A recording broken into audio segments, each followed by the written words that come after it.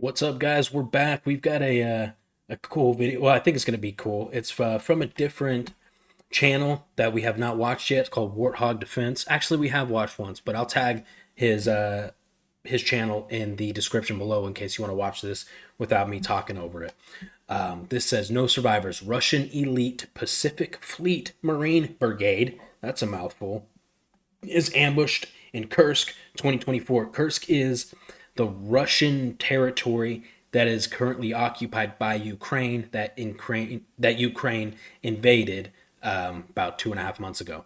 So real quick, my name is Saxon. I go by Vegas here in Ukraine. I do live in Ukraine. I joined the International Legion for the defense of Ukraine January of 2023. I'm no longer in the Legion. I'm with a different team.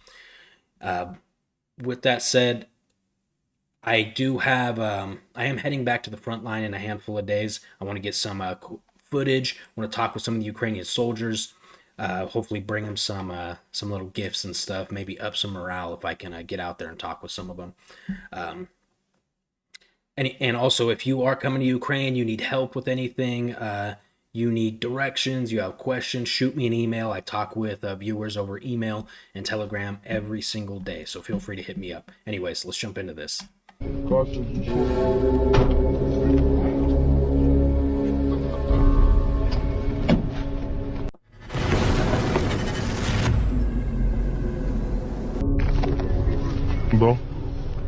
The 82nd Air Assault Brigade ambushed a group of Russian servicemen from the 155th Pacific Fleet Marine Brigade in Kursk. Not a single Russian Marine reportedly survived. The Russian Marine Brigade is supposed to be an elite fighting force, brought here to defeat the Ukrainians in Kursk, but they ended up like this. Perhaps this is poetic justice, as this brigade was boasting about killing Ukrainian prisoners on camera. And more pain for Russian invaders. A Russian convoy, consisting of a tank, VPK Ural armored vehicle, and BTR-80, was ambushed and destroyed by Ukrainian tank fire on the Koronevo-Novoivanovka road in the Kursk region near Kremyanoe.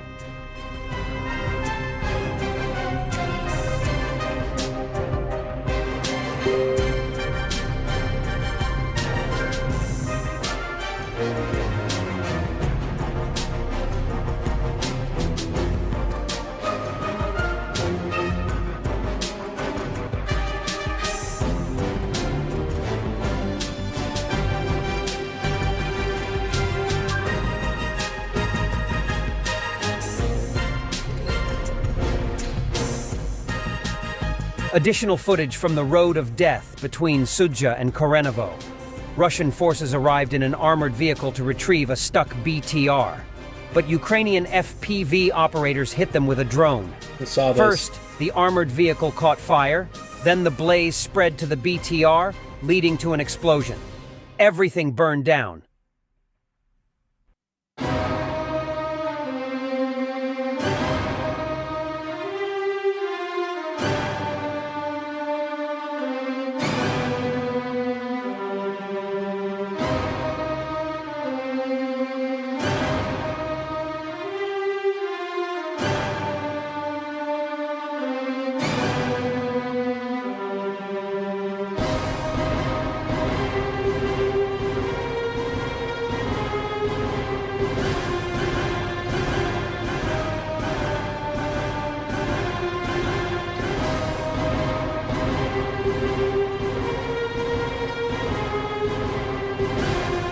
A Russian combat vehicle circling on the battlefield due to the crew's passing before it was destroyed by a drone.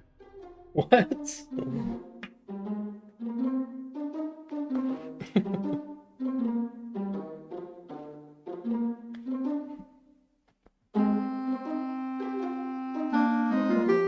Ukrainian President Volodymyr Zelensky warned of Russia's increasing alliance with North Korea, stressing it had moved beyond the supply of just weaponry and was now actually about transferring people from North Korea to the occupying military forces. Zelensky's statement came days after reports that several North Korean officers had been killed in a Ukrainian missile strike in occupied Ukraine, raising speculation about just how involved Pyongyang currently is in Russia's full-scale invasion. We see an increasing alliance between Russia and regimes like North Korea, said Zelensky, who has previously pointed to Russia's deepening role within an axis of rogue regimes, including Iran, who are allied against Ukraine and its Western allies. This I just made a whole video about, this video is a couple weeks old, I believe. I just made a whole video about my thoughts on North Korea, because as of right now, as of making this video, there are thousands of North Korean soldiers in in Russia, and some fighting Ukrainian soldiers, especially in the Kursk region. It's 100% confirmed. There's dead North Korean bodies out there. So, in my opinion, this is a huge development in this conflict, and it needs to be answered swiftly and with an iron boot. I think South Korea needs to jump in this shit. In my opinion, South Korea just got the green light to jump into this conflict and whoop North Korea's ass. My thoughts. France, Germany, Poland. There's two nations with boots on the ground in Ukraine against Ukraine, who is already low on supplies, low on manpower, low on ammunition, low on weapons, low on vehicles. It's crazy to me. Watch that video. Let's go. no longer just about transferring weapons. It is actually about transferring people from North Korea to the occupying military forces. Very little aside from the stated intentions from Moscow and Pyongyang. Russian President Vladimir Putin and North Korean leader Kim Jong-un signed a strategic defense agreement between Moscow and Pyongyang. As part of the alliance, the North Korean military announced that an engineer unit would join Russian forces on the ground in Donetsk Oblast the following month. No picture or video evidence has emerged to date that this went ahead, and it is not known if the 6 North Korean officers reportedly killed were part of this unit. Russian mill bloggers reported that North Korean military personnel were visiting the front lines as part of an exchange of experience program, and were being shown how Moscow's forces prepared defensive positions and assault operation techniques. In a press briefing, Pentagon spokesperson Pat Ryder said North Korean troops would become cannon fodder if they joined Russian forces on the battlefield in Ukraine. The reports of 6 North Korean officers killed in Ukraine have not been confirmed beyond a single intelligence source, though South Korean Defense Minister Kim Yong-hyun said earlier this month it was likely true. The Guardian reported, citing an unnamed source in Ukraine, that there are dozens of North Koreans behind Russian lines to assist with the launching of Pyongyang-supplied key... They even look like fucking supervillains. Dirtbags is what they are, man. 23 ballistic missiles. Lim Yul-chul, a professor at the Institute for Far Eastern Studies in Seoul, told AFP the deployment of North Korean soldiers in Ukraine could be viewed from Pyongyang as an opportunity for its military to learn how to handle different weapons and gain real-world combat. Well, that's the other point, right? Now you've got Russia, who is more experienced in modern combat, modern technological capabilities as far as drones and different things like that. So now you have Russia, who is more proficient in this kind of modern fighting than any other nation other than Ukraine, because these are the only 2 modern militaries fighting, right? Now you've got North Korea doing the same thing, getting hands-on experience in modern conflicts. So now we're going to have North Korea and Russia, who both have experience in fighting in this new technological military age, which gives them an edge on every other Western military who's too fucking scared to get in this fight. You know, one could make the argument that I am being too aggressive in this situation. My opinions are too aggressive and it could cause World War III. We're already there. We're already there. This cannot go unanswered. North Korea cannot just send troops into Russia, an enemy of the West, two enemies of the West now and fight an ally of the West, Ukraine, an ally that we are sending billions and billions and billions of dollars to in weapons and supplies to try to help them beat Russia. Now North Korea's like, nah, we're gonna come in and help, to stop that, cancel out that aid, and don't forget that China and North Korea and Iran are also supplying Russia. They're sending them millions of dollars and worth of supplies, and also rounds of ammunition, artillery shells, drones.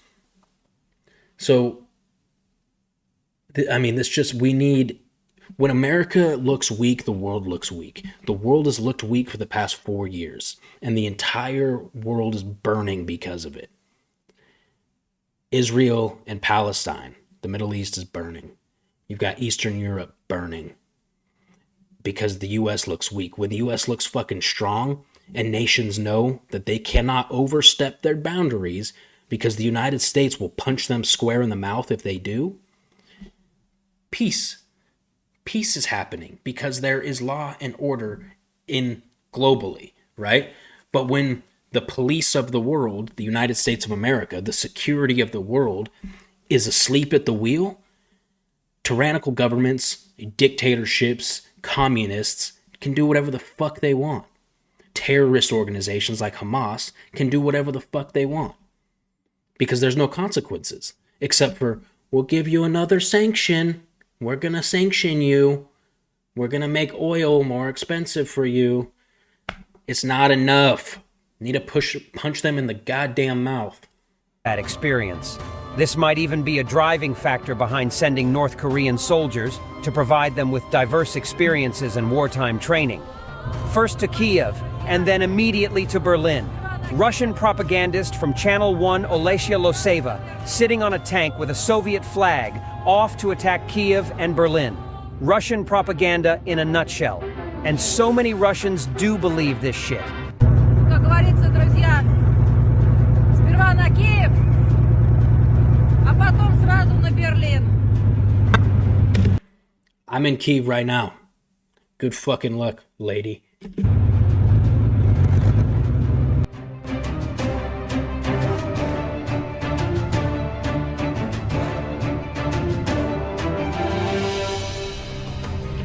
And why Berlin? Why would you go from the capital of Ukraine to the capital of Germany? Is there something I'm missing here? Let me know in the comments.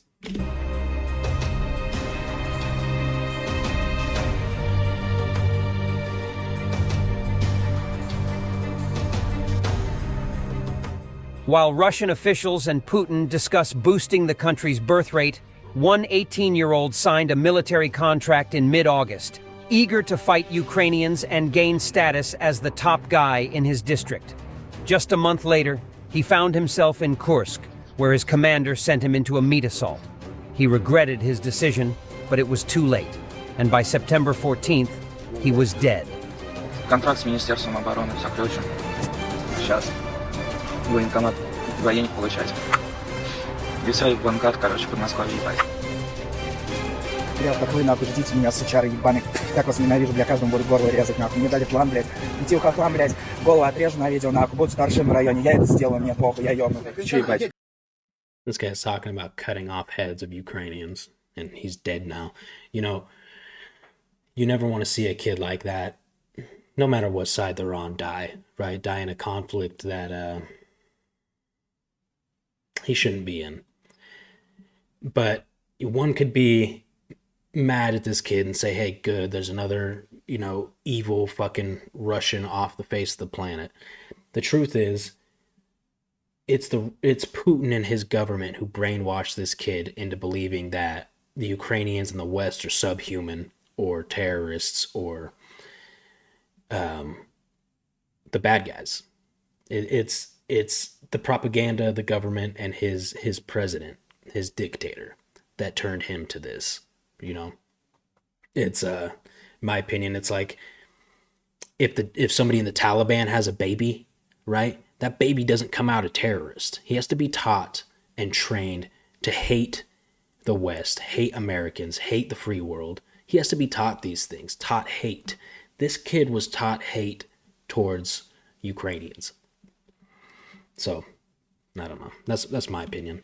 И какой тут отбой нахуй? С мужиками за столом сидим, блядь. Салам тебе передали там.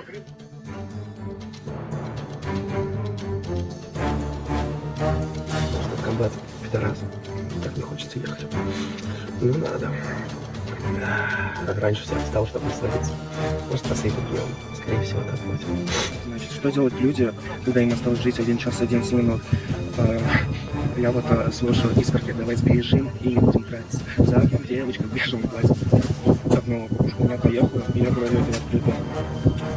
Очень весело. Ну, бля, я пидором был по жизни, блядь. Решил сходить на СВС, подумал, изменился. Изменения произошли. Так вот, умирать сейчас не хочется. А выхода нет.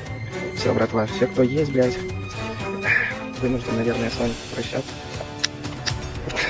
Вот. Да думаю, все будет хорошо. Нихуя хорошего не будет. Ладно. Через 3 дня, если что, на Советском кладбище встреча.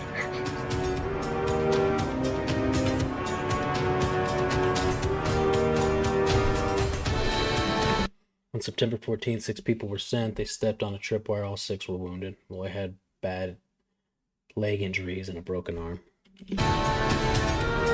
Funeral will be on the 27th.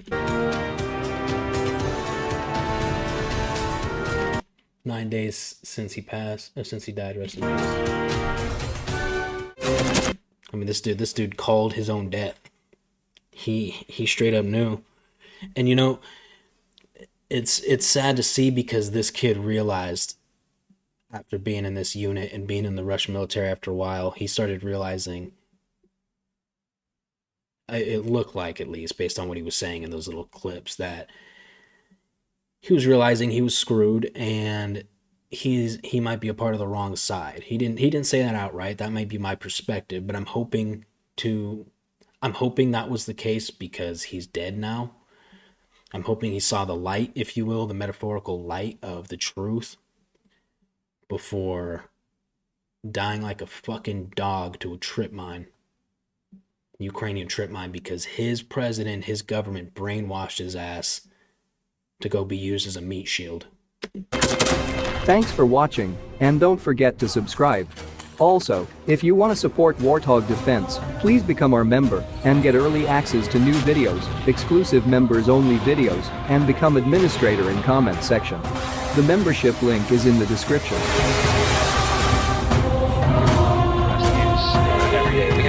That was cool, man. Check out Warthog Defense. Like I said, and I always do, I will link their channel in the description below. That was interesting perspective. I mean, I thought initially this whole episode was going to be about this Russian elite team getting stomped out, but no, it was just about multiple Russian units getting stomped out, and then North Koreans being involved and also getting stomped out. I don't know, man. It's crazy times right now. We've got the election in 2 days, guys. The United States election. The entire, like I said, or I don't know if I said it in this video or the last one, but the entire fate of the free world hangs in the balance of this election. It sounds dramatic, but if you're watching anything in regards to what's happening in the world and the global atmosphere and economy and militarization, you'll most likely agree with me, because we've got 2 options. We've got a president we have a candidate who was already a president, who has a decent track record and is respected by other world leaders. Okay?